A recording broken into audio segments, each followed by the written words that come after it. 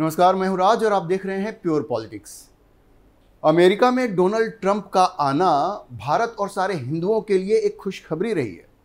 Donald Trump खुलकर कहते हैं कि वो भारत और प्रधानमंत्री नरेंद्र मोदी के बहुत बड़े प्रशंसक हैं। साथ में उन्होंने ये भी कहा है, कई बार कहा है, कि व्हाइट हाउस में वो हिंदुओं के सबसे बड़े मित्र हैं। आप याद कीजिए कि जब बांग्लादेश में हिंदुओं के साथ वहाँ के जिहादी अत्याचार कर रहे थे, उनकी हत्या कर रहे थे, उनकी महिलाओं के साथ दुर्व्यवहार कर रहे थे, उनके मंदिरों को तोड़ रहे थे, तो उस वक्त डोनाल्ड ट्रंप दुनिया के एकमात्र ऐसे बड़े नेता थे जिन्होंने खुलकर हिंदुओं के पक्ष में बोला था और ये कहा था कि अगर वो राष्ट्रपति होते तो ऐसा नहीं होने देते। राष्ट्रपति बनने के बाद उन्होंने अपनी सरकार में कुछ हिंदुओं को बड़ी ही महत्वपूर्ण जिम्मेदारी दी है। उनमें से एक है तुलसी गबार्ड, जो अमेरिका की नेशनल इंटेलिजेंस की डायरेक्टर बनाई गई हैं। खालिस्तानी आतंकी पन्नू की नकेल कसने में, उसकी आतंकी गतिविधियों पर रोक लगाने में उनकी बड़ी भूमिका होगी। अब देखिए, तुलसी गबार्ड एक प्रैक्टिसिंग हिंदू हैं। हालांकि उनका संबंध भारत से नहीं है।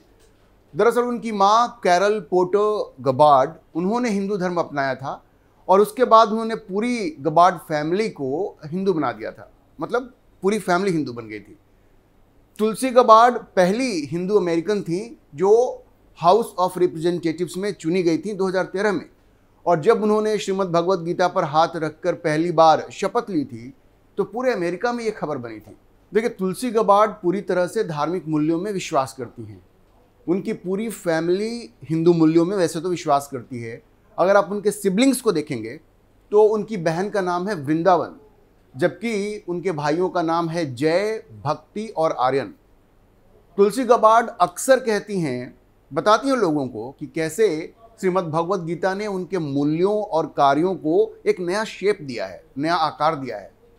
उनके धर्म की वजह से अमेरिका में कई बार उनको ट्रोल किया जाता है, लेकिन वो हमेशा बड़े गर्व के साथ अपने हिंदू आइडेंटिटी को सामने रखती हैं। और आज की तारीख में वो डोनाल्ड ट्रंप के करीबी लोगों में से एक हैं, इनर सर्कल्स में से एक हैं। एक दूसरे विवेक रामास्वामी भी हैं जो डोनाल्ड ट्रंप के साथ पूरे कैंपेन के दौरान वो उनके साथ रहे, अहम हिस्सा थे। दरअसल वो भी राष्ट्रपति के चुनाव में शुरुआती दौर में थे, प्राइमरीज में, लेकिन बाद में वो डोनाल्ड ट्रंप के समर्थन में आ गए। वो भी एक प्राउड हिंदू हैं। वो खुलकर अपनी हिंदू आइडेंटिटी को असर्ट करते हैं। उनके परिवार का संबंध भारत से है। वैसे मैं आपको बता दूं कि एलोन मस्क के नेतृत्व वाले लीडरशिप वाले जो DOG है, डिपार्टमेंट ऑफ गवर्नमेंट एफिशिएंसी, जिसने ये 21 मिलियन के अमेरिकन फंड का खुलासा किया है जो वोटर टर्नआउट के लिए भारत में दिए गए, उन लोगों को जो नरेंद्र मोदी को हराना चाहते थे, इस DOG में वो भी शुरू में थे, कुछ महीनों तक साथ में काम किया। लेकिन अब वो वहाँ नहीं है क्योंकि वो ओहायो के गवर्नर पद के लिए चुनाव लड़ने वाले हैं। लेकिन उनकी भी एक महत्वपूर्ण भूमिका है ट्रंप सरकार में। वैसे वे ट्रंप सरकार के ऑफिशियली या फॉर्मली पार्ट नहीं है, लेकिन वो डोनाल्ड ट्रंप के इनर सर्किल में से हैं। इसी तरह से एक और ज़बरदस्त हिंदू चेहरा ट्रंप सरकार में एक अहम पद संभाल रहा है, जिसके बारे में मैं आज आपको थोड़े डिटेल में बताऊंगा कि कैसे इस शख्स ने खुलकर अयोध्या के राम मंदिर का समर्थन किया था, प्रधानमंत्री नरेंद्र मोदी द्वारा किए गए प्राण प्रतिष्ठा का समर्थन किया था और पश्चिमी मीडिया को जमकर इस बात के लिए लताड़ लगाई थी कि वो सिर्फ पिछले 50 साल की चर्चा कर रहा है, जबकि हकीकत ये है कि 500 साल पहले वहाँ एक मंदिर था जिसे तोड़ दिया गया था। इसलिए वहाँ मंदिर बनाने में, मंदिर की प्राण प्रतिष्ठा में कोई गलत बात नहीं है। दरअसल ये जो पश्चिमी मीडिया है, जब प्राण प्रतिष्ठा हो रहा था तो वो उसे कह रहा था कि एक हिंदू नेशनलिज्म है, हिंदू रिवाइवल है और एंटी मुस्लिम है, इस तरह की बातें मीडिया कर रही थी। तो उसके जवाब में काश पटेल ने ये सारी बातें कही थी। मैंने आपको बताया उस शख्स का नाम है काश पटेल, जिन्हें ट्रंप ने FBI का डायरेक्टर बनाया है।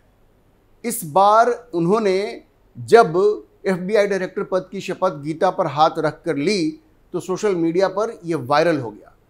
बतौर FBI चीफ, काश पटेल अमेरिका की घरेलू इंटेलिजेंस पर नज़र रखेंगे और लॉ एनफोर्समेंट के भी प्रमुख होंगे, क्योंकि FBI एक लॉ एनफोर्समेंट एजेंसी भी है, डोमेस्टिक इंटेलिजेंस पर भी नज़र रखती है।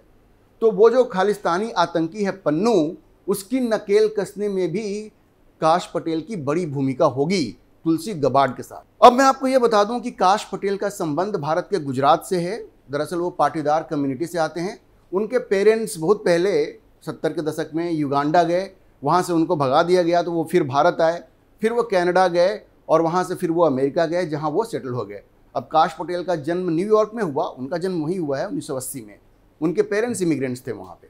तो 22 जनवरी 2024 को जब राम मंदिर का उद्घाटन हुआ, प्राण प्रतिष्ठा में नरेंद्र मोदी वहाँ गए और प्राण प्रतिष्ठा किया, तो पश्चिमी मीडिया ने इसकी बड़ी आलोचना की और इसको कहा कि ये हिंदू नेशनलिज्म का उभार है, एंटी मुस्लिम है। लेकिन काश पटेल ने उन सारी बातों का जवाब दिया और बड़े ही गुस्से में जवाब दिया।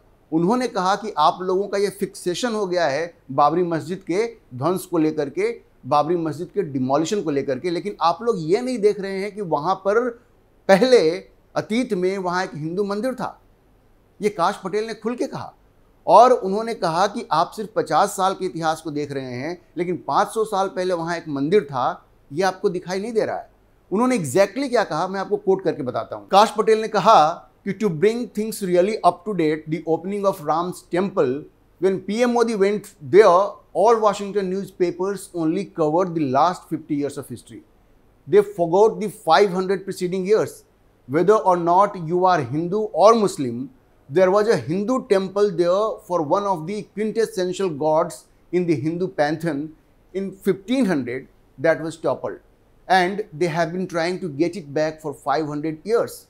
The Times of India quoted Kash Patel as saying, Times of India में उनका स्टेटमेंट छपा था जो मैंने अभी आपको कोट करके बताया। अमेरिकी मीडिया ने इस पूरे राम मंदिर प्राण प्रतिष्ठा को जिस तरह से कवर किया, दरअसल पूरे आंदोलन को जिस तरह से कवर किया, उसको काश पटेल ने कहा कि एक डिसइंफॉर्मेशन कैंपेन है। ये लोगों के बीच में गलत खबर फैलाने का एक कैंपेन है, दुष्प्रचार का कैंपेन है जो अमेरिकी मीडिया कर रही है। और आप सबको मालूम है कि अमेरिकी मीडिया कितना नेगेटिव रहा पूरे राम मंदिर आंदोलन के दौरान, और काश पटेल ने इसकी खुल करके आलोचना की अमेरिका में रहते हुए। अमेरिकी मीडिया की कवरेज पे उन्होंने क्या कहा, मैं आपको एक बार फिर से कोट करके बताता हूँ। काश पटेल ने कहा, but the Washington establishment forgot that part of history to put on what I believe is a disinformation campaign that is harmful to India and Prime Minister Narendra Modi's position. They are using that because I think they liken Trump and Modi as similar figures, and the establishment class in Washington does not want that to be the case.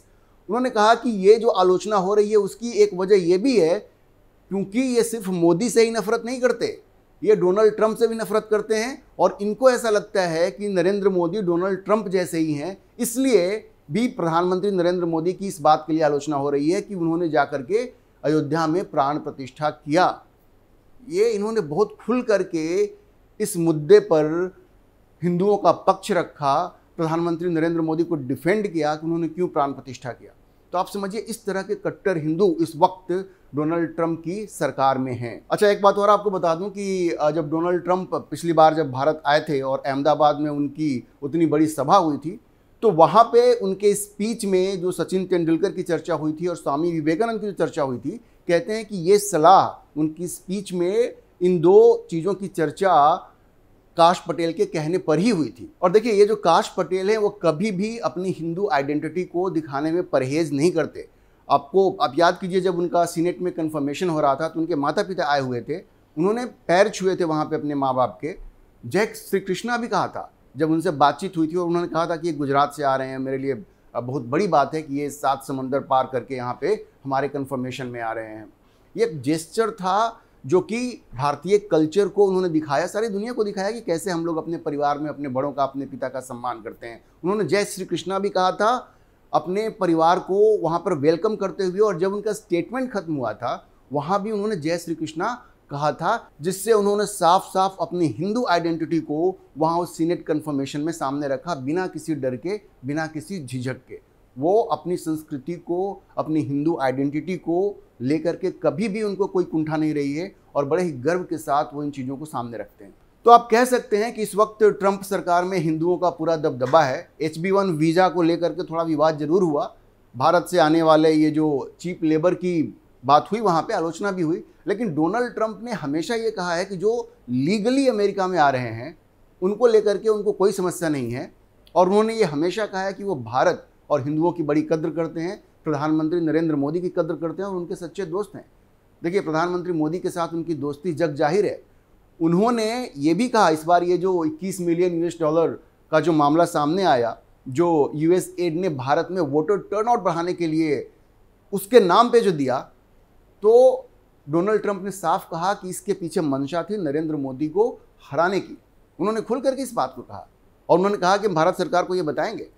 तो प्रधानमंत्री मोदी के साथ उनकी दोस्ती, उनकी जो नज़दीकियां हैं वो सबको मालूम है। और काश पटेल और तुलसी गबार्ड जैसे कट्टर हिंदुओं को अपनी सरकार में अहम जिम्मेदारियां दे करके उन्होंने साबित किया है कि वो वाकई भारत, नरेंद्र मोदी और हिंदुओं के सच्चे दोस्त हैं।